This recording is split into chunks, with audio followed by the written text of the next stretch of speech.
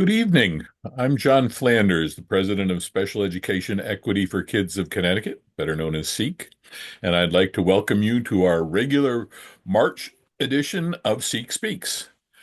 It is not a particularly auspicious day, as the president has just signed an executive order directing the secretary to wind down the U.S. Department of Education. Nonetheless, we plan on having a lively and informative discussion with Dr. Nathan Levinson and our own Andy Feinstein. Dr. Levinson is a former special ed or a former superintendent and president of New Solutions K-12. He's the co-author of its Time for Strategic Scheduling: How to Design Smarter K through 12 Schedules That Are Great for Students, Staff, and the Budget. And his most recent solo publication is Shifts to Improve Special Education and Other Innovations by Harvard Education Press 2020. Before we start, a little housekeeping. First of all, there are a couple of lawyers up on your screen, but they're not your lawyers. So nothing that is said today should be considered legal advice, nor it is intended to be. SEEK is continuing to work at the Connecticut legislature, and thanks to your response to our action alert this week, we had over 70 people submitting testimony to support Connecticut's bill that would incorporate all of the provisions of Section 504 in our state statutes. That was a tremendous response, and we appreciate it and urge you to continue to reach out to your senators and representatives so that once this gets out of committee and on the floor, that it will pass and add extra protection for our children. You can find this, if you have people who've missed it, on our website, seekct.com. You can also get access to our testimony, see videos of our testimony, see videos of our updates of our conversations, and make suggestions. We look forward to having a full year of Seek Speaks. If you have any ideas of concepts that you would like to see, please share them with us, and we will give them serious consideration. And finally, SEEK is an entirely volunteer organization. All of the work in Hartford, tonight's program, and all of the other programs that we present to you are done by volunteers. Nonetheless, we incur costs, and we would very much appreciate your making donations to help support the work that we're doing. You can find a place to do that again on our website, seekct.com. With that, I am going to turn the program over to Andy and Dr. Levinson, and let's begin our discussion. Thank you, John. Hi, Dr. Levinson. Thank you very much for joining us tonight. Look, you are a consultant to the state of Connecticut, to numerous districts in Connecticut, and to other districts around the country. What do you bring to districts as a consultant? Great question. And sometimes I wonder that myself as well. But I think that folks like to work with us, and I like to work with them for a couple reasons. One is I have been fortunate to be part of a number of the most successful and well-documented special education improvement efforts. So I've, through either good fortune, good planning, or hard work, or some combination of all of those, worked in a small school system in Massachusetts in which kids with special needs outperformed general education students in the state. Yes. In Arlington, Massachusetts, where as a superintendent, led a very substantial special education reform effort. At the high school level, we closed the general ed, special ed achievement gap by nearly 40 points. And then the world came to study us. At the elementary level, we reduced the number of kids who weren't reading on grade level by 2/3. And people came to study that too. More recently, I've spent about the last 5 years helping to lead and implement a special ed reform effort across the state of Louisiana. And yes, Louisiana, not necessarily the place most people think about to look for education reform, but the if you look at the NAEP scores over the last 6 years, essentially 49 states are pretty darn depressed, and one is celebrating, and that is Louisiana.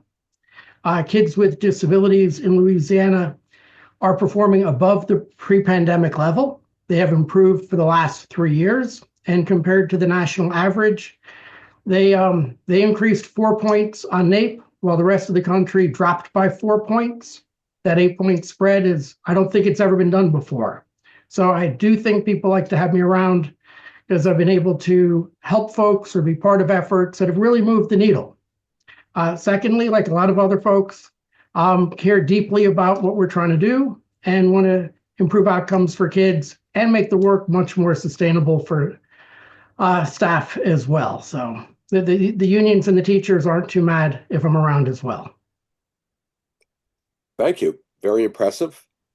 So 3 hours ago, the president signed an order entitled Improving Education Outcomes by Empowering Parents, States, and Communities. Talked about how the Department of Education has been a failure, talked about the money being spent and how test scores have gone down, saying the federal education bureaucracy is not working. The operative parts of the executive order, Section 2A, talks about the Secretary of Education shall, to the maximum extent appropriate and permitted by law, take all necessary steps to facilitate the closure of the Department of Education and return authority over education to the states and local communities while ensuring the effective and uninterrupted delivery of services, programs, and benefits on which Americans rely. Subsection B says, consistent with the Department of Education's authorities, the Secretary of Education shall ensure that the allocation of any federal Department of Education funds is subject to rigorous compliance with federal law and administration policy, including the requirement that any program or activity receiving federal assistance terminate illegal discrimination obscured under the label diversity, equity, and inclusion, or similar terms, and programs promoting gender ideology. Tell me,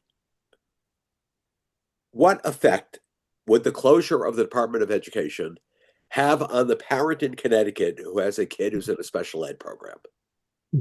Well, if I knew for sure, I'd be in even greater demand as a consultant. So just an educated guess.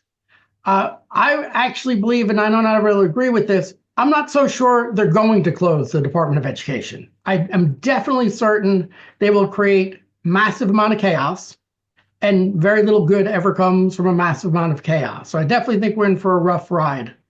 My sense is that, first of all, IDA is not going away. And even if you did close the Department of Ed, IDA doesn't go away. I don't believe the money will go away. I don't believe the statutory requirements will go away. And I don't think the monitoring will go away.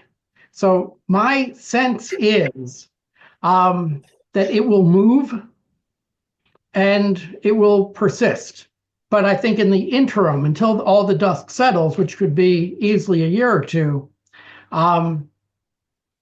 there will be, unfortunately, less enforcement, less focus. The few folks I know who are interacting with the department, they don't even know who's working there. So I don't think much is going to happen for some time. But I don't think IDA or the funds or much of the oversight will go away. In the long run, in the short run, it's like they're on vacation for a very long time, unfortunately. Well, let me push back on a couple pieces of that. Sure. First, the Office of Civil Rights, which enforces the anti-discrimination laws, particularly Section 504 of the Rehabilitation Act, has been gutted with more than half the staff gone and the offices in blue states, including Boston, eliminated. So, in terms of civil rights enforcement, I think we are going to see whether the department's eliminated or not, a substantial difference. And in terms of the votes to eliminate, there were a substantial I think majority of Republicans in the Senate when the last vote came up, who voted to maintain the department. One of the most outspoken people in favor of maintaining the department is Senator and now Chairman Bill Cassidy of Louisiana, who announced a few minutes ago that he would introduce the legislation to abolish the department. So, I'm not as sanguine as you are about this, but you are. I certainly hope you're better. Your view is better than mine. And the other thing is, of course, that Project 2025 talks about taking the Part B money and moving it to block grants. Right now, Part B money is allocated by a very, very, very complicated formula in the states. And then within states, by federal law, is allocated by a very, very, very, very complicated formula to districts within states. Presumably, block grants come in lots of different colors, but presumably the block grant would eliminate the allocation within the state. So, I think in Connecticut, it's likely that the allocation would remain pretty close to what it is now. In other states, that might not be the case. So can you talk a minute about what the Department of Education doesn't do in terms of the day-to-day special education program for a kid in Connecticut? What it does not do. So here's the issue, and I think it is true of the U.S. Department of Education. I also think it's true of many, but not all, of the state departments of education. And the way I see the world is, IDA created a law and a funding source that said, hey, we need to take care of legally, morally, ethically kids with disabilities. That's great. As you know, it was born at a time in which schools said, not my job. We're not going to educate a lot of kids. We're certainly not going to spend money on them. And if they don't learn, that's not a problem. IDA born to do a really good job, a really important job. The dilemma that I see, both at the federal level and often at the state level, is if you think about the two parts of that charge, take care of kids, help them be successful, and for different kids, successful mean different things, and make sure that you're following the law. My sense is that the 98% of the energy goes into make sure they're following the law, and about 2% of the energy goes into make sure the kids are successful. And I know we're nowhere near 100% compliance, but we are nowhere near 100% of the kids without an achievement gap. And it does seem to me that the mix of energy around compliance versus outcomes has been skewed by the U.S. Department of Ed, and that has trickled down to many, many state departments of ed. And I think we just put too much energy into one and not enough energy into the other. And both are really important. We'll continue on that issue in a minute. Let me just say that in the first major Supreme Court decision interpreting the Education for All Handicapped Children's Act, Chief Justice Rehnquist basically said, look, if you follow the procedures, if you comply with the procedures, a satisfactory outcome, a substantive outcome is likely to follow. I never understood the logic of that, and I've never seen any empirical evidence that that statement's true. But that has led, it seems to me, to the situation where we have a high focus on procedural compliance and a low focus on substantive achievement. Yeah, I would agree. And whether that was, in its heart or just what has evolved over time, but we put too much energy into making sure we do everything that's in an IEP, and the IEP is written on time. But what if what's written into the IEP there's no logical reason to think that's going to get the results we were all hoping for? And you are, at least under the current rules, if you did all the things you were promised to do and they didn't work, you get a passing grade in many ways. And so I just think we have to focus more on improving outcomes. Again, I don't think getting rid of the U.S. Department of Education is going to automatically do that or even likely to lead to that. But I do think that the U.S. Department of Ed does put far more energy into the compliance focus than the outcomes focus. Well, so moving to the individual level, what should a parent do to make sure that the program designed actually benefits the child rather than meets procedural compliance? That's a great question. That is the most important question. And it is, I hate the answer I'm about to give, because in the perfect world, the parent shouldn't have to be the expert. That is, I say this as a former superintendent, it is the school district's job to be the educational expert, to know the research, to provide the services and supports that are going to lead to positive outcomes. That's the world I would like to live in. Unfortunately, I don't live in that world. And so I do think that parents, unfortunately, have to know what are the best practices, what are the things that work. Because one of the things that we have seen is, and I remember this as a superintendent, where I'd sit in on some very contentious IEP meetings. As a superintendent, you do not sit in on the easy and pleasant ones. And I would leave the meeting, and sometimes parents would walk out of the room feeling just so elated that, like, quote, we won. And all I'm thinking is, darn, your child is not going to learn to read. And so I do think that sometimes people are fighting for services and strategies that actually haven't been effective.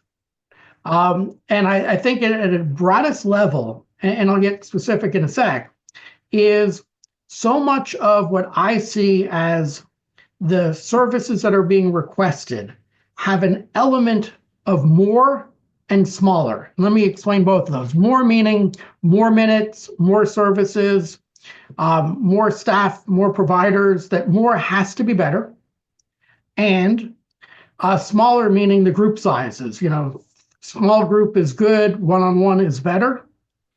And yeah, all things being equal, more and smaller might be decent, but only if you're doing strategies that work. So I'll give you a classic example.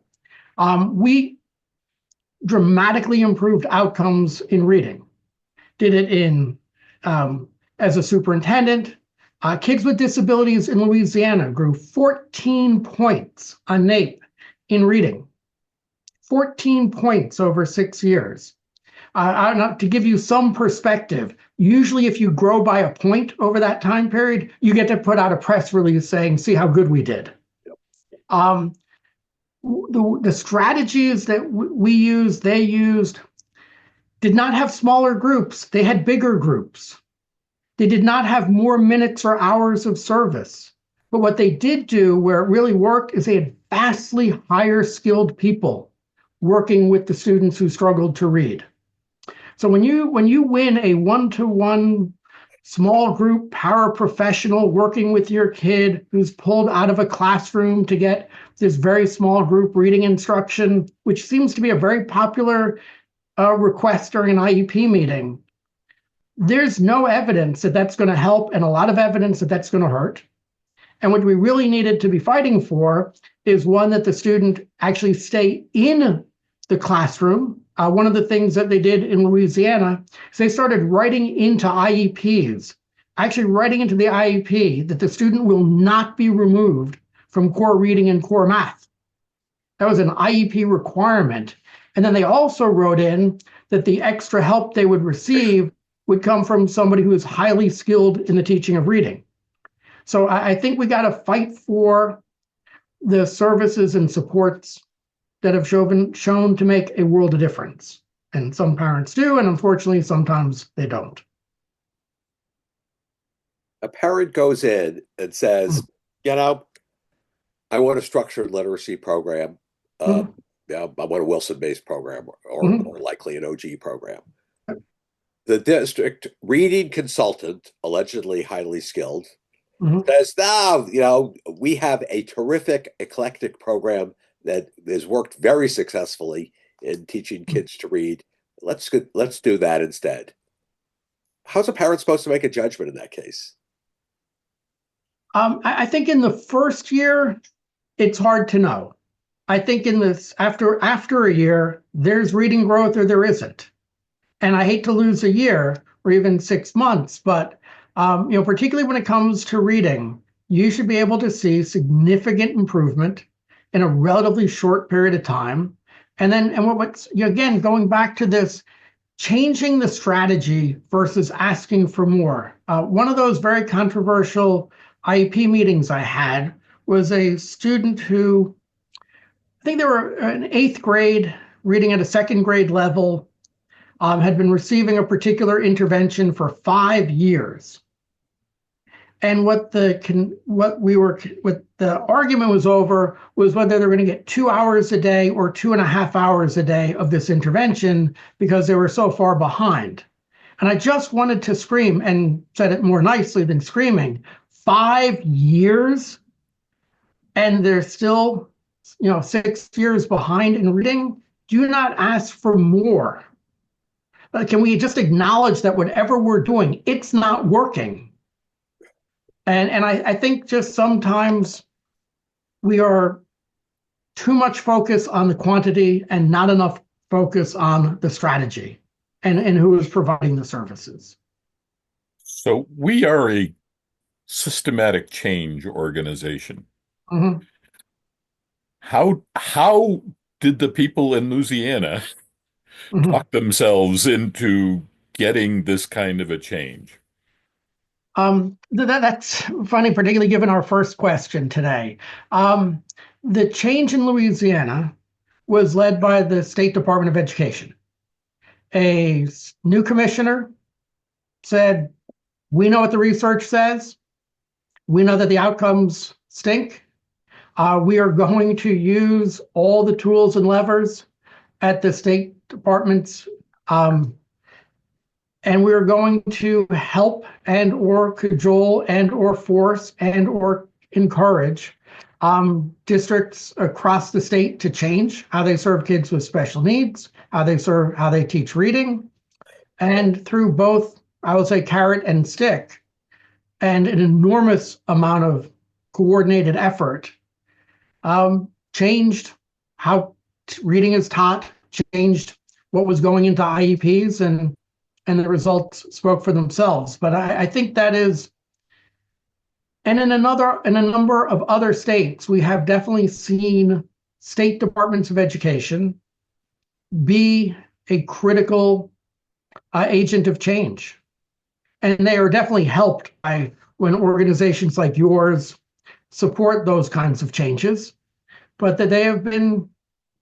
And it's funny, I say this as a superintendent and somebody who worked with a lot of school systems. It is very difficult for an individual school to change. It is easier for an entire district to change, but it is even best yet to actually try to help all the districts to change. And so I'm a huge fan of when you see a State Department of Education shift their focus from compliance to outcomes, and to do it well. I'd say probably Mississippi was the first to really put that focus on literacy and then really try to change how literacy was taught across the state. So much of the discussion about reading has been about the curriculum to be used, with not a lot of focus on teacher training. Do I read you correctly that the teacher training is the more important part of that? The three most important things in the outcomes for students are the teacher, and the teacher. We have known this for 25 years. Curriculum's nice, it's important, but if you take the best curriculum in the world and put it in the hands of an undertrained teacher or a teacher who doesn't believe in it, there's no outcomes, there's no improvement. But let's face it, we're in a world now in which the vast majority of school systems have a decent curriculum, and we still have what's the number? About 2/3 of all kids and close to 90% of kids with disabilities are not reading on grade level. And we've got a good curriculum in their hands. It is the teacher and their training and their support more than anything else. Okay, let's go back to 30,000 feet. Sure. As a country, over the last 50 years, we've probably spent $1 trillion on special education. Yet the gap in educational performance between those with IEPs and those without IEPs has not diminished. Indeed, there's some pretty good evidence that it's grown. Has special education failed? No and yes. So here's the successes. So, and I think it also helps explain in part why we don't have the growth. So I think when special education started, it was about allowing more kids into our schools. And yes, we have the vast majority of students with disabilities are educated in schools, including their local schools. I think around the 80s, special education took on yet a new target, a good one, that said, hey, we really want to make sure that they are included in the general education setting. I know we called it mainstreaming then, and that was important. And we do vastly more of that, and that's good. I don't think it was until No Child Left Behind that anybody actually said, let's measure whether these kids are learning. And I know not everybody loves No Child Left Behind. I will tell you, I was on a school board, I was a superintendent during that era. The shock when we got subgroup scores and found out, what do you mean? Even in the most successful school districts in this country, the vast majority of kids with disabilities can't read on grade level. We did not know that before No Child Left Behind. And the fact that we did not know that tells me that we weren't thinking about that. We definitely knew how many kids were included for 80% of the day. We knew how many kids spent how many hours here and there. So I think that we weren't focused. So half the money we spent wasn't actually spent in pursuit of high levels of achievement. And then I think when we did finally get on our job is really to get achievement up and success post-graduation up, I think smart people took a guess at what would work. And unfortunately, they guessed wrong. And again, I might have made the very same decisions, but we kept doing them. And even to today, we still do quite a few of them. And so we are putting a lot of money into strategies that haven't been effective. And we have somehow convinced ourselves that if we just do a little bit more of that, if we just increase the quantity a bit more, a few more minutes, a few more staff, a few more paras, that's going to turn it all around. And my experience says, even if you doubled it, I don't think you'd see anything improve, because if it's not the right strategy, you can't get the right outcome.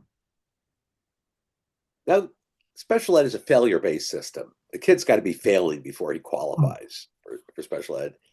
Seems to me we're always starting off behind the 8 ball. Is there anything we can do about that?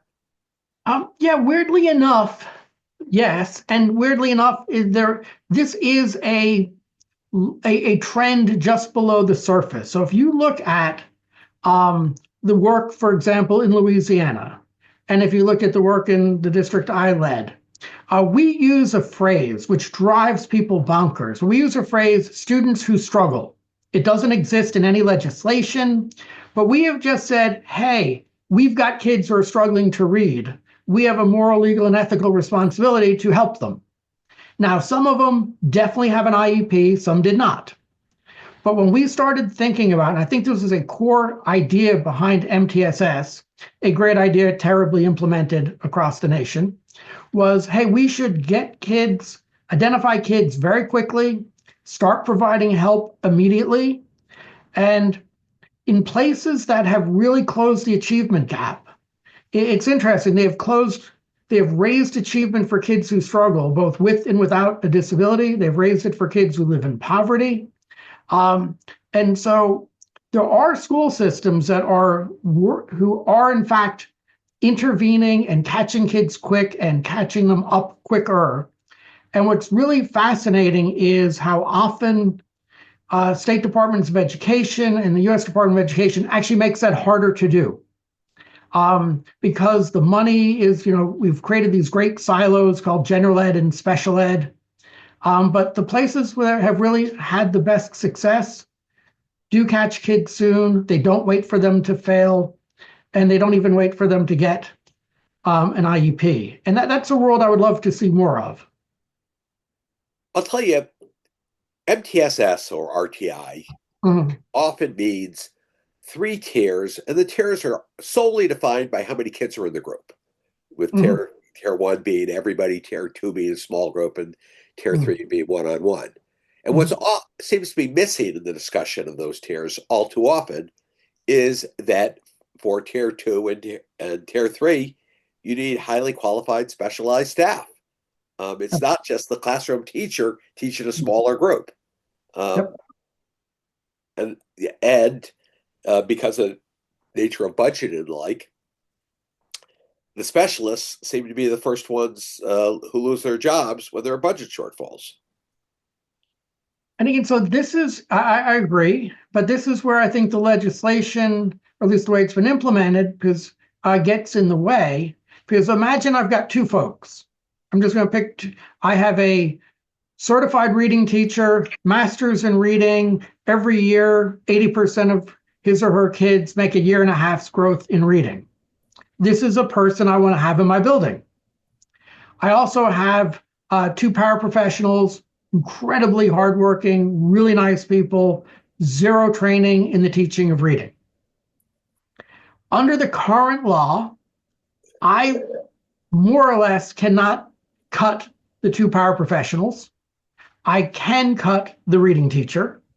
We need to get to a place where there is more flexibility in those dollars so that some of these highly skilled folks who should be working with kids with disabilities are being paid for by IDA, because that's the single best person in that building to work with them, and that somehow the protections that special ed affords should apply to them as well. So I think we created a system in which some of the really most talented folks have no protections, and therefore, as you said, can be the first to go.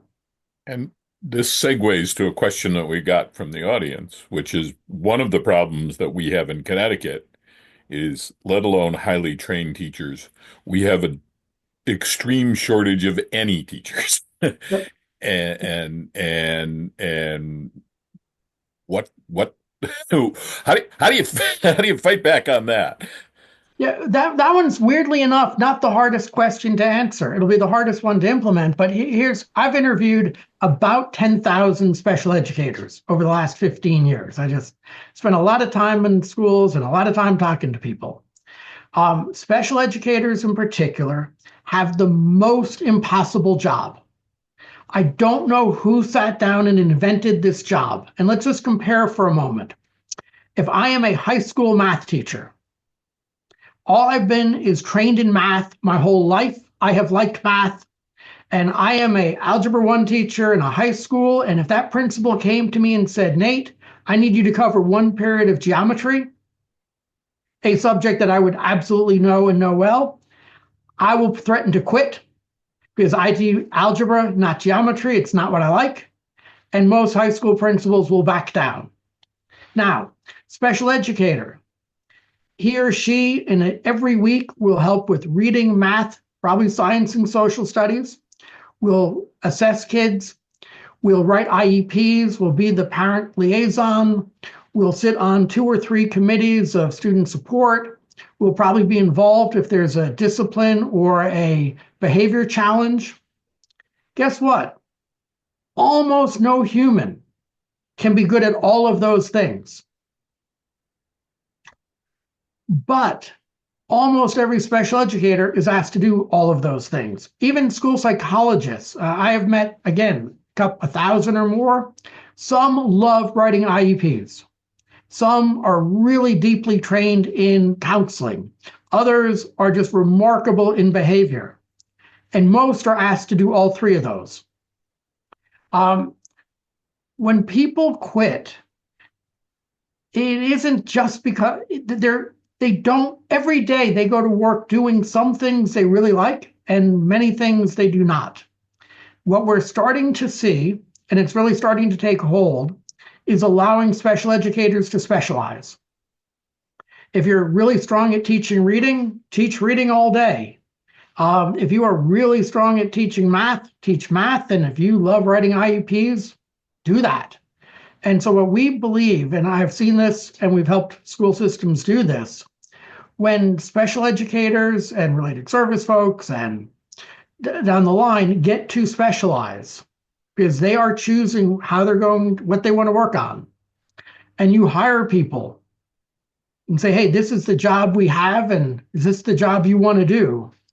They will stay and they will come. But right now, we're in the exact opposite. They're very unhappy, and they should be. They tell their friends and children and neighbors, don't enter. This is a very tough job. And so people are leaving, fewer are coming. Teaching is hard, don't get me wrong, but we've made special education such a difficult job that I am never surprised when somebody leaves. I'm grateful, but surprised when they stay. So what can we do about that? I think that this one, it really is going to be up to the school districts to start rethinking how jobs are designed. I do think that we're going to see, it's interesting. So as you know, I work with some states, and at the state level, it has become so clear that the teacher special education shortage is so endemic and such a constraint on all the other things we want to do. We are starting to see states say, we have to weigh in, we have to become part of the solution. But I think at either the state level or the district level, there has to be the job redesign so that hardworking, caring people can have a job that they like and feel successful at. I think it's going to be way better for the staff, but it's also much better for the kids. I want to tell a quick story. This about a year ago, I was in a district in Pennsylvania, started talking about specialization, and this one teacher sitting in the front row looked like she was about to explode. She was so agitated. I was actually getting a little nervous, but thinking, I'm much bigger than her. I don't think she can really hurt me, but I am worried she's going to try. And so I said, let me stop. I said, I've said something that's really upsetting. What's on your mind? She said, I don't want to say. I said, the whole room wants to know now because this is very visible. I said, so I don't think I can go forward. Please tell me. I used to be a superintendent. You can't hurt my feelings. She said, Nate, I am really good at teaching writing. I can chunk, I can explain, I can graphic organize. I know how to help kids learn to write, and I'm good at it. So great. I am awful at math. I barely passed math in high school. I took 0 courses in math in college. I went to my supervisor, my principal, my special ed director, and says, I am not good at teaching math. Do you know, Nate, for 16 years, I teach 2 periods of English and 2 periods of math. And I am just sick and tired, and I'm listening to you. And when I found out from you that there are places where you don't have to do that, I went home and talked it over with my husband, and I'm giving my notice. I'm not going to spend another year spending half my day teaching something. She goes, Nate, my kids aren't learning math because I can't teach it to them. And I have told everybody here what I'm good at, what I'm not good at, and nobody will listen. And this is not an uncommon story. And I don't understand it because there are other people in that building who are really good at teaching math, who didn't want to teach writing. So there's some myth that a special educator, because they're a special educator, can do everything that a student with a disability needs. That is a myth. I don't think it's helped kids, and I know it has hurt teachers. Did I read your story correctly as saying that you're solely responsible for the teacher shortage because you're forcing teachers to quit? You could put that spin on it, yes. I would like to say I'm solely responsible for their increased happiness as well. One of the big complaints we get from special ed teachers relates to CT sets, which you were involved in. I'm not. I don't know how involved you were in it. One teacher told me that under IEP Direct, the old system, it used to take her 20 minutes to polish off an IEP. It now takes her 3 hours to do one under CT sets. We hear from parents that they work out arrangements with school districts that cannot be recorded in the system because the system won't let them do it. That drafts of IEPs cannot be printed out without finalizing. That that kids unilaterally placed are treated as if they're withdrawn from the system and don't get annual reviews. Can CT sets be fixed? So one, let me set the record straight. My involvement with CT sets started after teachers said, "Whoa, this stinks," and we were asked to try to figure out how to make it better. So I will take no ownership of the current system, but definitely we're trying to help make it better. No doubt, and mind you, Andrew, I've heard far worse stories than that as we've been interviewing teachers across the state. There was a lot of tears and so much frustration, and it is really sad that folks had to go through that. I did put that in past tense, which is only half fair. Here's what we've learned. Certainly the rollout, certainly the bug, certainly as it started, it was really painful for almost everybody. We're a year or two into this. Here's what we're finding: it is definitely, I think the term we use, it's not intuitive. If you sat down and used it, it's not working the way you think it is. It should. It is very different from what you're used to. So it is a steep learning curve. What we've seen is a few things. We found some school systems that did not have a god-awful experience with it. And they got the same system that everybody else did. We have seen some school systems in which when new staff joined, it wasn't the worst thing to happen to them. And so what we have figured out is that, yes, it's a complicated system, and there are either ways of using it, ways of supporting teachers, and some workarounds. And quite honestly, there have been some improvements that have been made that do not seem to be widely known that they've been made. And so I think, and what we'll be doing very shortly is sharing what did the school systems that didn't have such a terrible experience, and what are the school systems that actually don't mind the program? What are they doing that made it tolerable? And what we want to do is share the lessons. We're putting together some short videos of some of the tips and tricks that folks have used that have really solved some of the most common problems. I don't think it's ever going to be completely intuitive. It is designed a little differently than how some folks who have been around a long time with IP software expect it to be. I think it can come to a place where it's not the worst thing in your job. It can come to a place where it can record the things you need to put into it. So I do think has improved. Systems and structures around it can make it much more usable. And all these were ideas that, quite honestly, we did not invent. Just some really smart special educators and their teams figured out how to make it an okay system. How about from the parent's point of view? I mean, the parent goes in and is told, we can't do that because CT sets won't let us do that. What's the parent supposed to do in that case? To know that you can do it, and what and nobody's lying to them. So I want to be very clear. But when a teacher says it can't do it, what they're really saying is, I do not know how to do it.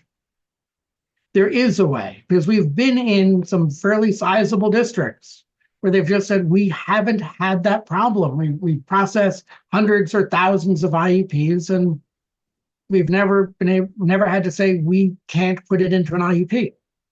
And so I think there is a huge knowledge gap. And because it's a frustrating system, people are assuming, and it was missing some basic functions initially. So people are just assuming there are more things missing rather than wondering, how does one do it? Well, there's a certain rigidity to the system that's Yeah. supposed to be legally compliant, but that rigidity does not allow for exceptions. And we hear stories of slips being filed with the Department of State or State Department of Education. And a couple of weeks later, the workaround comes back, which is not very good for finalizing an IEP. Yeah, I am never going to say this is a perfect system and that people are going to love it. I'm just saying that a fair number of teachers have figured out how to make it much better, and sharing the knowledge and the experience and the tips and tricks and approaches of those who have figured out the system will help a lot of others. And just a really interesting thing we learned is this idea of what we call suffering in silence. One of the hallmarks of school systems that had a smoother rollout and happier staff today is they put in place very formal, hey, if you're a teacher and you're not sure how to do it, there's this guy, Andy, he is getting a stipend. It's his job to help you. And teachers say, I'm so happy we have Andy because I am totally stumped. I don't know how to put this in. And Andy says, let me show you. That solved a problem in 10 minutes that didn't blow up to be something awful. What we're seeing in most districts is there's a colleague named Andy. He's a nice guy, but he's really busy. I'm a new special educator. I feel too guilty to send a chat over to Andy and say, how do I do this? And so we did find that just having very formal problem resolution procedures, knowing who to call, feeling that they're getting compensated for taking on this extra burden, made people much more likely to ask for help. And that was the hallmark of virtually every place that had a smoother rollout, is they had a better help system, if you will. And I think too many places counted on mutual support. And I think teachers are willing to do mutual support, but they weren't willing to ask for it. It's a very different twist. It's not that they weren't willing to provide it. They weren't willing to ask.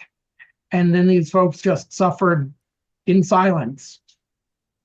And so if a parent is told, we can't do that in CT SEDS, the answer is, yes, you can figure it out.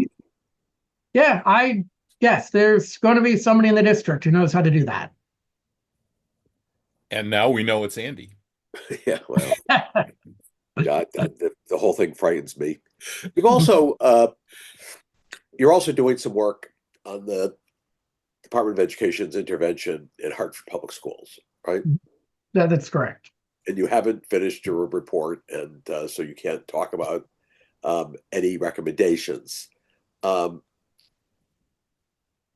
me, does special education mean something different in a impoverished urban district than it does in a wealthy suburban district? I think in general, education is different in a large urban district. It's when I think about, and I've worked in both very, very wealthy districts, I've worked in many urban districts and everything in between. Kids are kids, but the concentration of poverty and the concentration of English learners really changes the nature of a school system. And I think in many ways, our standard procedures, like the curriculum, the schedule, was built for that kid in the middle, maybe maybe even above the middle. So I think if you go to a place, Hartford or any large urban school district, the vast majority of kids are going to enter not reading on grade level. A very large percentage of kids are going to be living in poverty, and a very large percentage of kids are learning English. All of those things make it harder to teach. They take more time to teach. And I think that in some ways we've not acknowledged that the mix of kids we have are different. And we need to think about schedules differently. We need to think about, obviously we want to maintain the same expectations. And I think in some weird way, some school systems almost expect that they will get less because they're starting with kids with greater challenges. And what we really need to do is expect the same high outcomes and start to form and create systems and structures that lead to that. And it would require different schedules. It will definitely require, where intervention is built in, because 80% of the kids probably need intervention. And you can't use an RTI model. When RTI was invented in a wealthy Chicago suburb by a man who thought 12% of the kids would be in tier 2 and 3% would be in tier 3. Urban schools have an upside down pyramid, so don't roll out an RTI system that was designed to be flipped 180 degrees the other way. So I'm definitely saying it is hard, but we've seen places like Charlotte, Mecklenburg. We've seen places like Gwinnett County outside of Atlanta. We've seen places in Long Beach in California. These are 60, 70, 80% kids living in poverty, performing at levels that very few high poverty schools can do. And they have performed at decent levels for a very long time. So we do have some examples. Not a lot, but we have some. Okay, you've mentioned scheduling a couple of times. You wrote a book on scheduling. What's the magic bullet there? You know better. There's no magic bullet, but I know that if the first thing that matters most is the teacher, nothing matters more than that. But how much time you spend on something matters a lot too. And so the reason we keep coming back to scheduling is kids who are struggling to read will take much more time to learn to read. We have to give them that time. We have to give it to them with a very strong teacher and a good curriculum.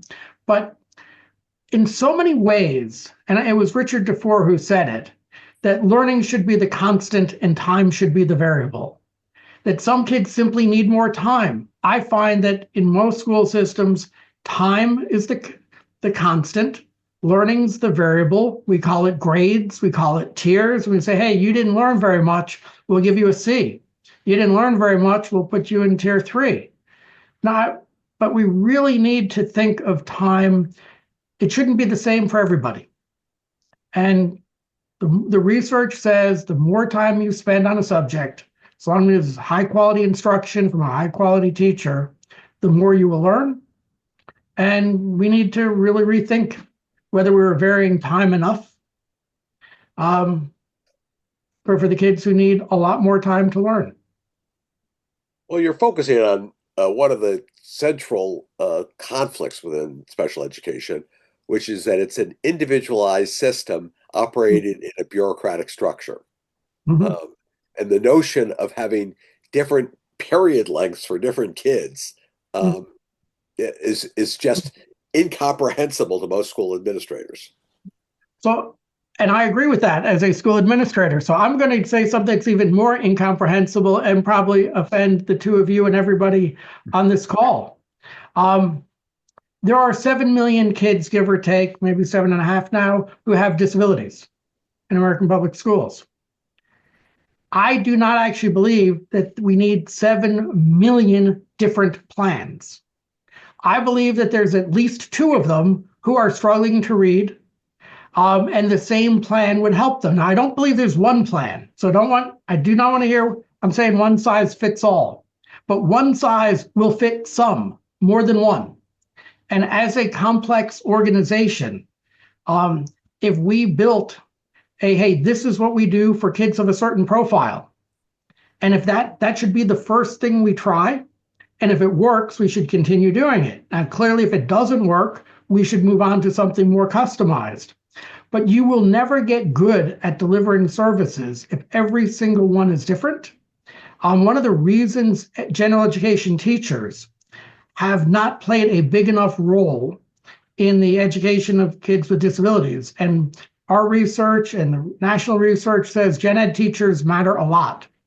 Gen ed teachers have come to believe that all of their skills, all that they have learned to be a good teacher, wouldn't be very helpful for kids with special needs because everyone needs something different. But if I'm a general education teacher and I am scaffolding and I'm chunking and I'm checking for understanding and I'm modeling my thinking, we should start with that because that's going to help a lot of kids. Now, for those that it doesn't, we should go on to something more custom. But if you're going to bring this to scale, and 7 million is scale, I don't think every single one can be entirely different. And I know that is not the foundation of special education, but the places that have raised achievement have some standard based on best practices that they start with and then move away from that when they need to.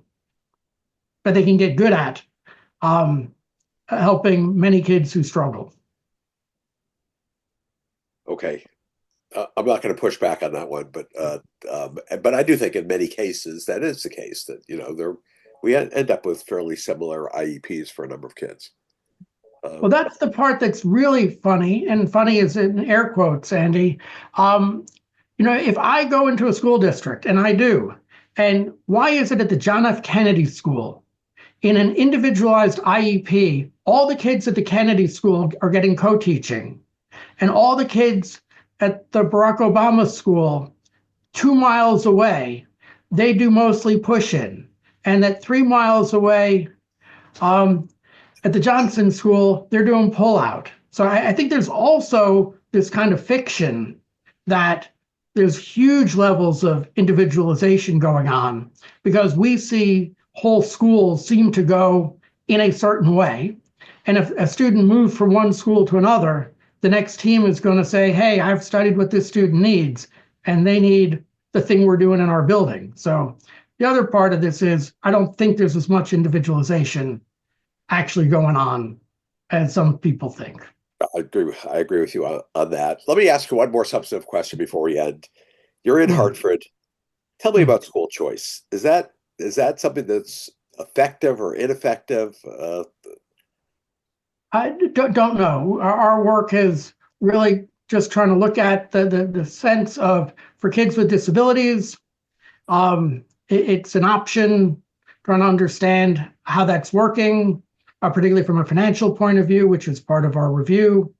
But we have not looked at whether it's a good idea, a great idea, terrible idea. So beyond our scope, unfortunately.